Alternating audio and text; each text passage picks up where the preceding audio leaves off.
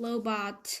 Ever since I was little, the doctors told my parents that someday I need hearing aids. I don't know why this always freaked me out a bit. Maybe because anything to do with my ears bothers me a lot. My hearing was getting worse, but I hadn't told anyone about it. The ocean sound that was always in my head had been getting louder. It was drowning out people's voices like I was underwater. I couldn't hear teachers if I sat in the back of the class. But I knew if I told Mom or Dad about it, I'd ended up with hearing aids, and I was hoping I could make it through the 5th grade without having that happen. But then, in my usual checkup in October, I flunked the audiology test, and doctor was like, "Dude, it's time." And he sent me a special ear doctor who took impressions of my ears. Out of all my features, my ears are the ones I hate the most. They're like tiny clawed fists in my size of my face. They're too long on my head too. They could look like squashed pieces of pizza dough sticking out of the top of my neck or something. Okay, maybe I'm exaggerating a little, but I really hate them. When the ear doctor first pulled my hearing aids out for me and Mom to look at, I groaned. "I'm not wearing that thing," I announced it, folding my arms in front of me. I know they probably look kind of big, the ear doctor, but we had to attach them to the headband because we had no other way of making them so they stay in your ears.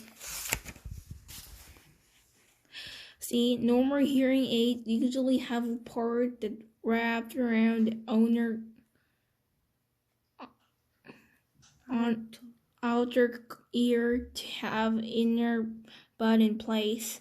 But in my case, since I don't have other ears, they had to put the earbuds on this heavy-duty handband that's supposed to wrap around the back of my head. "I can't wear that, Mom," I whined. "You hardly notice them," said Mom, trying to be cheerful. "They look like headphones." "Headphones? Look at that, Mom," I said angrily. It looked like Lobot." "Which one is Lobot?" said Mom calmly. "Lobot," the ear doctor smiled as he looked at the headphones, made some adjustments. "The Empire Strikes Back, the bald guy with cool bionic radio transmitter thing that wrapped around the back of his skull." "I'm drawing blank," said Mom.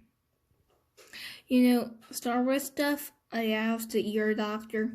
"No Star Wars stuff," he answered, flipping the thing over my head. "I practically invented Star Wars stuff."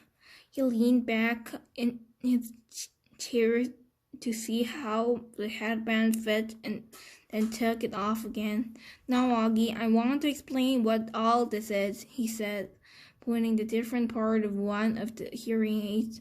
"This curved piece of plastic connects to tubing in ear mold. That's why we took those impressions back to December, so that this part that goes inside your ear fits nice and snug. This part here is called the tune hook, okay? And this thing is the special part we've attached to this cradle here. The lava part," I said, miserably. "Hey, lava is cool," said the ear doctor. "It's not like we're saying you're going to look like Jar Jar, you know? That would be bad." I slid the earphones on my head again carefully. "There you go, August. So how's that?" totally uncomfortable, I said. You'll get used to them very quickly, he said. I looked in the mirror. My eyes started tearing up. All I saw were these tubes just jutting out from either side of my head like antennas.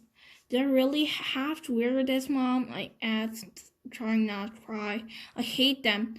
They don't make any difference. Give me a second, buddy, said the doctor. I haven't even turned them on yet. Wait until you hear a difference. You want to hear them. No, I won't. And then he turned them on.